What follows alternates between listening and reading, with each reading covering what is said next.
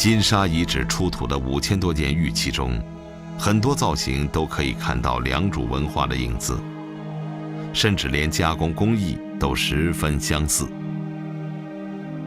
他们是怎么从长江下游来到长江上游的呢？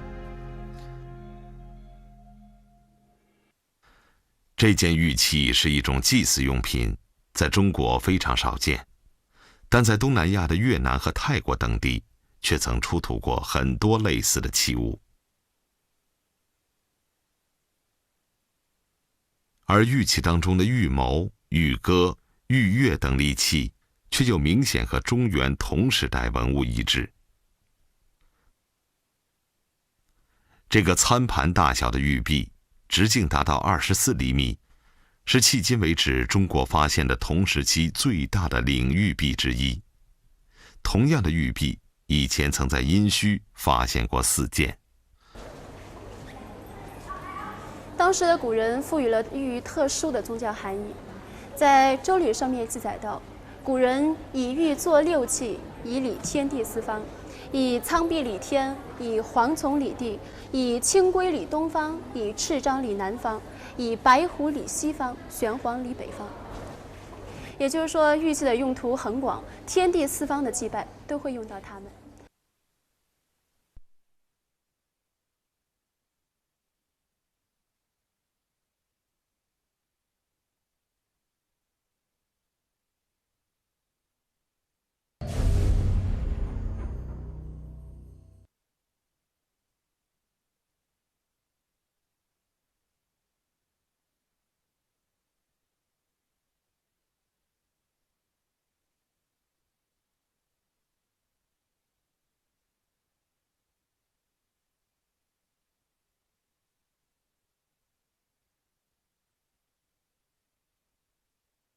所以从它这个重玉这个传统来看，它也可以也说明它和东方的联系是非常紧密的。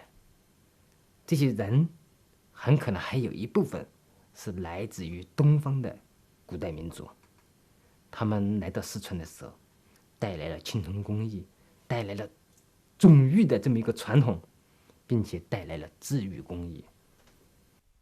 那么，这些玉器的原料会不会也是从外地运来的呢？在金沙村玉器里面，有很多玉器是当地出产的，就是像成都平原北面山区里面的所谓龙溪玉。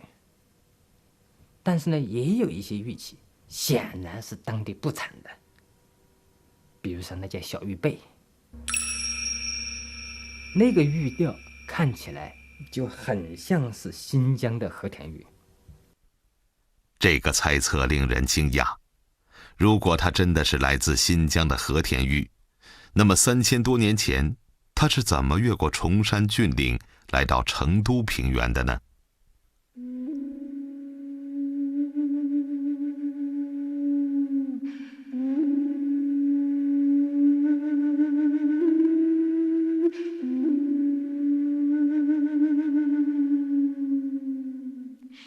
在四川的东北部，高耸的秦岭挡住了和中原文明接触的通道，而北面也有高原和戈壁。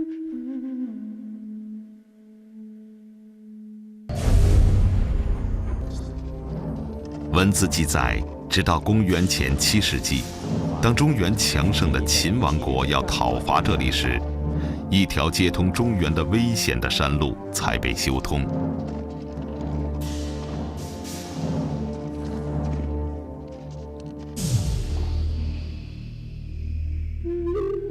但考古发现证明，早在秦国修通栈道1000多年之前，成都平原上就有一支拥有高度文明的神秘先民和外界有了密切的接触和交流。他们究竟来自于哪里？是不远处的三峡地区吗？还是遥远的中原地带？他们的文化是源于自己的创造呢，还是更多的受到他人的影响？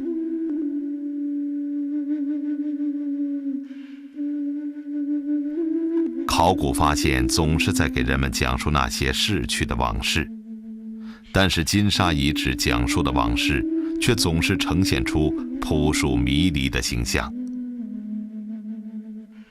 金沙先民对玉的崇拜，证明他们深受中原文化的影响，而更多的证据却说明了他们的独特性。金沙遗址出土了不少金器，例如这个只有3.74厘米高的神秘的面具，这些蛙形的金箔，以及这个不知道是什么用途的喇叭形器。这些金器所表达的历史信息和玉器完全不同，因为金器的用途和制作技艺都显现出和中国其他地区不同的文化内涵。在北方，虽说我们发现的比较多的，它不过是一些小的耳环、臂串这样一些东西，这些都是戴在人身上的装饰品。而金沙村呢，却是装点着神或人脸上，或者是作为人附属的事件，这一个就和北方完全不一样。金沙的金器在中国其他地区找不到同类，却在四川发现了极其相似的类型。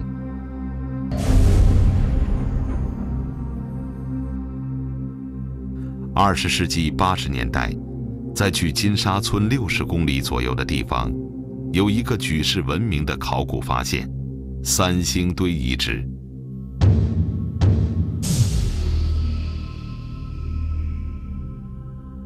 2个祭祀坑里出土了1700多件风格特异的文物。人们惊异地发现，曾有一支神秘的种族在这片土地上创造了高度的文明。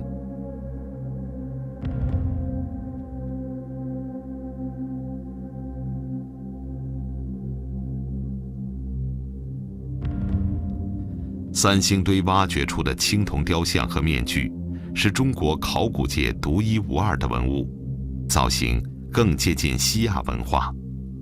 有人因此怀疑三星堆文明是从西部迁徙来的，但考古学家否定了这种猜测，认为三星堆文明是土生土长的四川古文明。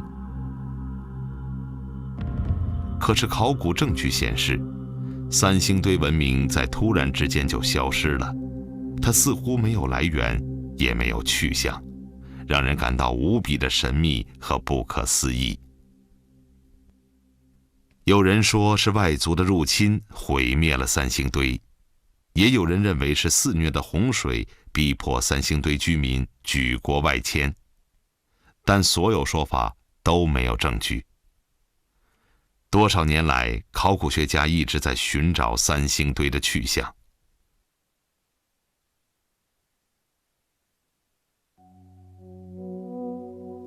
直到20年后，金沙遗址出现在人们的视野中。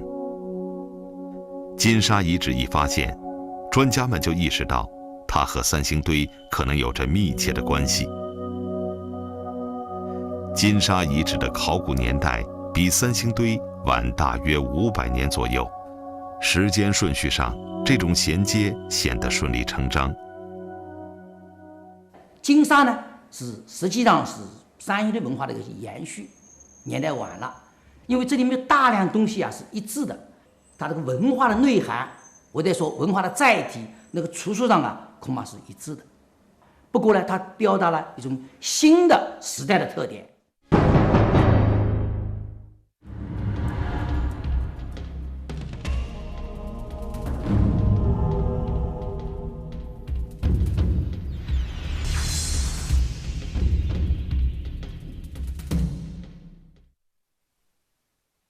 这个19.6厘米高的青铜小立人，是金沙最具有代表性的青铜器。而当年在三星堆出土过一个高达2米多的青铜大立人。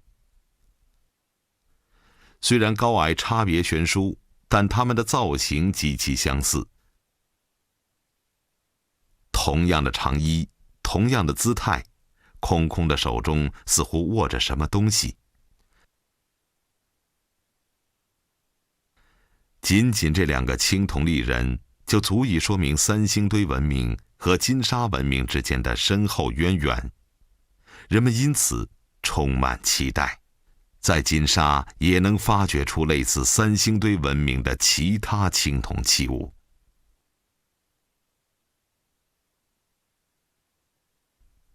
但是，直到今天，金沙遗址还没有发现完整的青铜人头、青铜面具和青铜神树。难道青铜立人只是一种偶然现象吗？考古学家还是发现了一些蛛丝马迹，在金沙遗址发现了一些青铜神鸟，它们和三星堆神树上的挂件极为相似。这个青铜小立人的下部，很明显可以看出，它是插在某个大件物品上的。一些青铜器的残片经过拼接复原后，整体尺寸至少超过30厘米。专家们据此断定，金沙目前发现的青铜器肯定不是全部。我们金沙遗址也出土了20多面青铜人像的顶板盖，但是它的脸在哪里去了？它的头在哪里去了？我们不清楚。我们感觉到金沙遗址下部，我们如果再往下做考古发掘，应该三星堆出了很多东西。金沙遗址。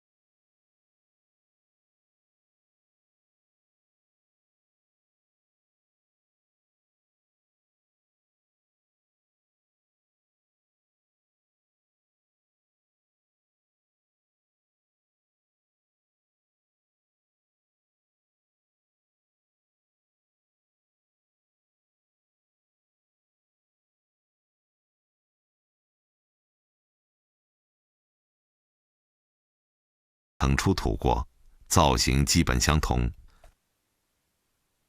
他们跪在地上，双手被反绑在身后，表情痛苦。所有石人都梳着一模一样的发型，脑袋顶部的头发像一本打开的书，脑袋后面还拖着一根辫子。他们应该是社会最底层的人们，可能是奴隶、罪犯或者战俘。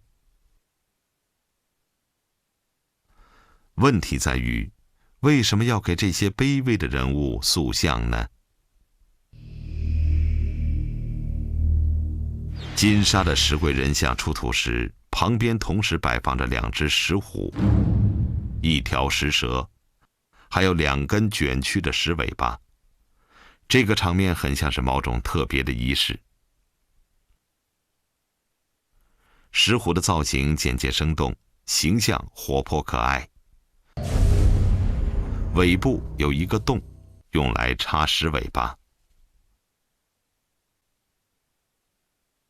石蛇是以写实的方式雕成的，老虎和蛇肯定是古蜀国人十分熟悉的动物。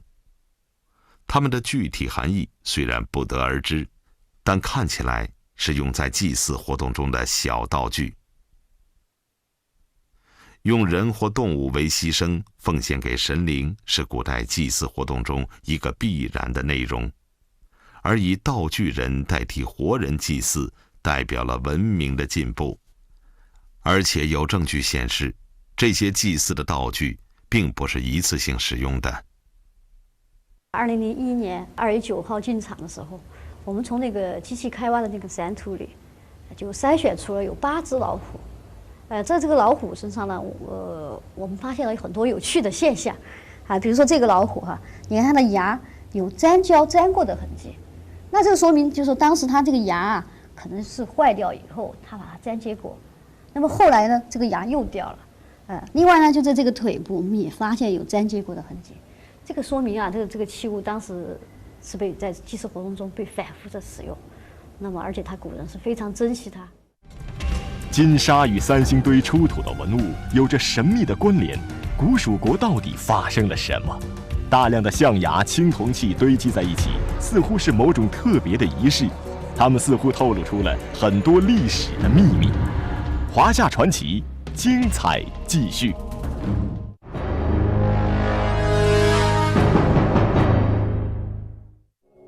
人们彻底改变了对古蜀国的传统看法。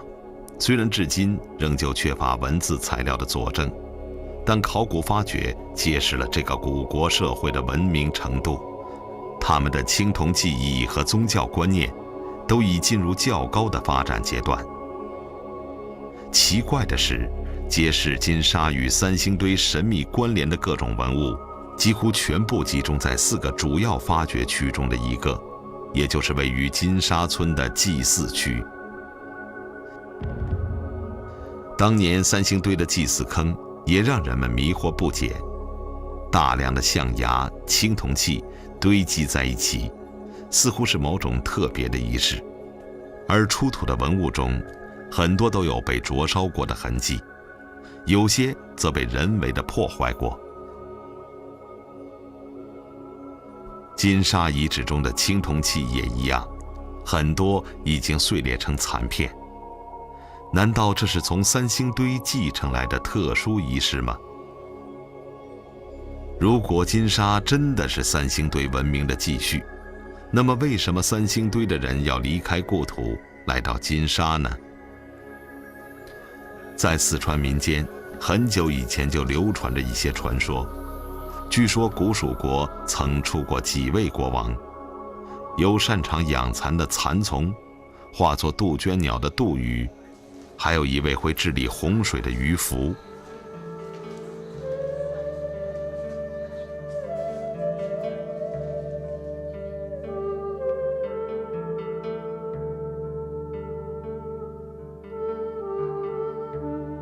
曾有人猜测，这几位国王代表了古蜀人的几个图腾阶段。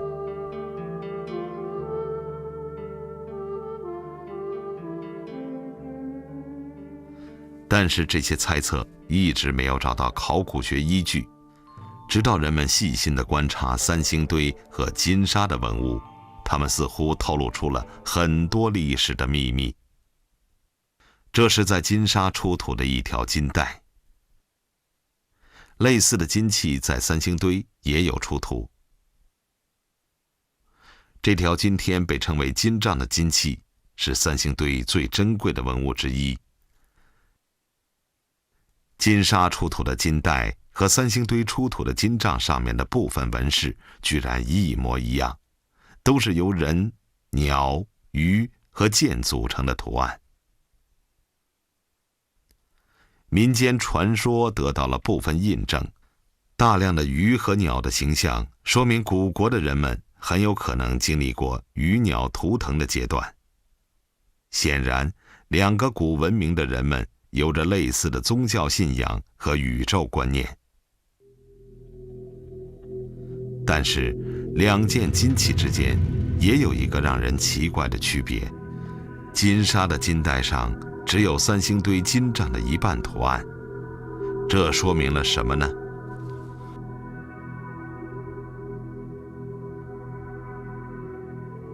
两个极其相似的青铜立人其实也有些不同。三星堆的大铜立人的发髻是别起来的，而金沙的小铜人梳着辫子。对三星堆的研究显示，凡是头发扎成发髻的，都是身份较高的祭司。人们推测，梳辫子的可能代表着世俗权力的掌控者。这个不起眼的差别暗示了一个重大的历史信息。我们就怀疑三星堆这个王国的覆灭，很可能就是由于这个戴辫子的和扎发髻的宗教的世俗的，他们在权力分配上发生了问题，最后发生了内部的争斗，争斗就形成了三星堆王国的分裂。其中获得权力最大的一部分人，可能就是金沙村，这个遗址的主人。他们从戴发髻的那些人那里面夺得了宗教权力，并且在三星堆遗址的南面一点建立了一个新的城邑。金带图案的问题也因此得到了一种解释。由于来到金沙的人只是三星堆居民中的一个种族，所以他们只用了图案的一半。